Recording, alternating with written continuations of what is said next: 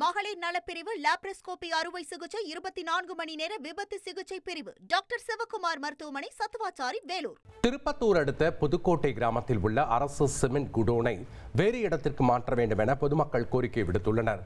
Cement load lorry மோதி முதியவர் ஒருவர் உயிரிழந்த நிலையில் விபத்து சம்பவங்களை தவிர்க்க உடனடியாக நடவடிக்கை எடுக்க வேண்டும் என தெரிவித்துள்ளனர். சிமெண்ட் குடோனை வேற இடத்துல மாற்றினா நல்லாயிருக்கும். ஏன்னா கிராமத்தில் இந்த மாதிரி ஸ்கூல் போகிற வழியில் இருக்கிறதுனால எல்லாருக்குமே பாதிப்பாகுது.